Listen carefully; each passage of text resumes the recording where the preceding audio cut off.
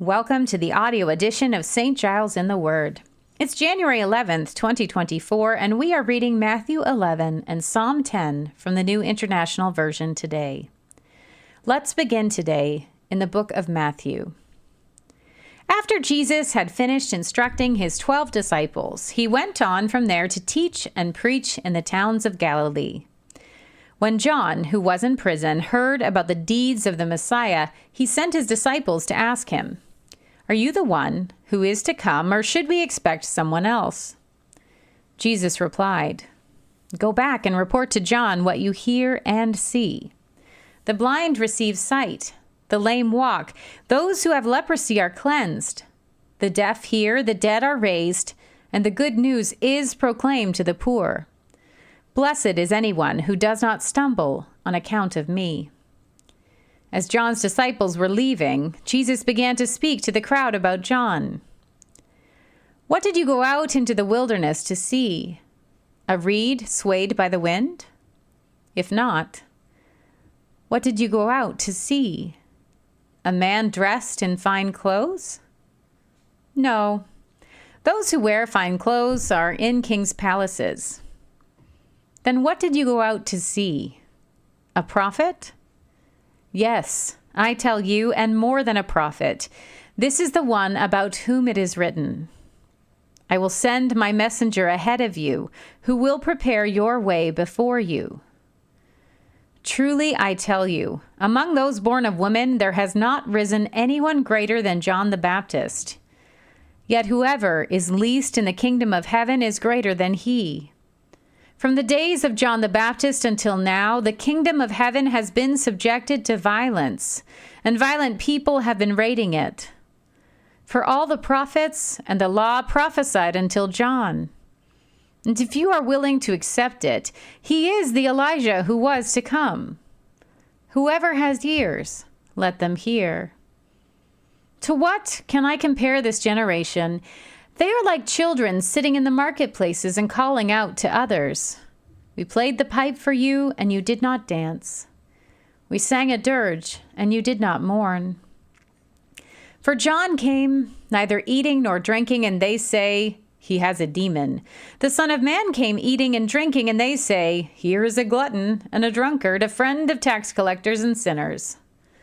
But wisdom is proved right by her deeds."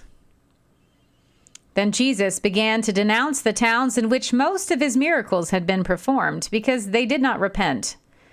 "Woe to you, Chorazin! Woe to you, Bethsaida! For if the miracles that were performed in you had been performed in Tyre and Sidon, they would have been repented long ago in sackcloth and ashes. But I tell you, it will be more bearable for Tyre and Sidon on the day of judgment than for you. And you, Capernaum? Will you be lifted to the heavens? No, you will go down to Hades. For if the miracles that were performed in you had been performed in Sodom, it would have remained to this day. But I tell you that it will be more bearable for Sodom on the day of judgment than for you." At that time, Jesus said, "I praise you, Father, Lord of heaven and earth, because you have hidden these things from the wise and learned, and revealed them to little children. Yes, Father, for this is what you were pleased to do. All things have been committed to me by my Father. No one knows the Son except the Father, and no one knows the Father except the Son, and those to whom the Son chooses to reveal him. Come to me, all you who are weary and burdened, and I will give you rest. Take my yoke upon you and learn from me. For I am gentle and humble in heart, and you will find rest for your souls. For my yoke is easy, and my burden is light." We move now to Psalm 10. "Why, Lord, do you stand far off? Why do you hide yourself in times of trouble? In his arrogance, the wicked man hunts down the weak, who are caught in the schemes he devises. He boasts about the cravings of his heart. He blesses the greedy and reviles the Lord. In his pride, the wicked man does not seek him. In all his thoughts, there is no room for God. His ways are always prosperous. Your laws are rejected by him. He sneers at all his enemies.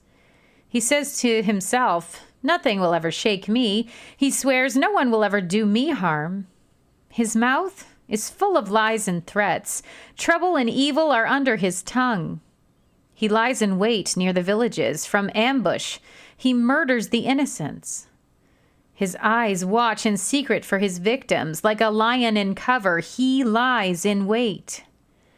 He lies in wait to catch the helpless. He catches the helpless and drags them off in his net. His victims are crushed. They collapse. They fall under his strength. He says to himself, "God will never notice." He covers his face and never sees. Arise, Lord, lift up your hand, O God. Do not forget the helpless. Why does the wicked man revile God? Why does he say to himself, "He won't call me to account"? But you, God, see the trouble of the afflicted. You consider their grief and take it in hand. The victims commit themselves to you. You are the helper of the fatherless.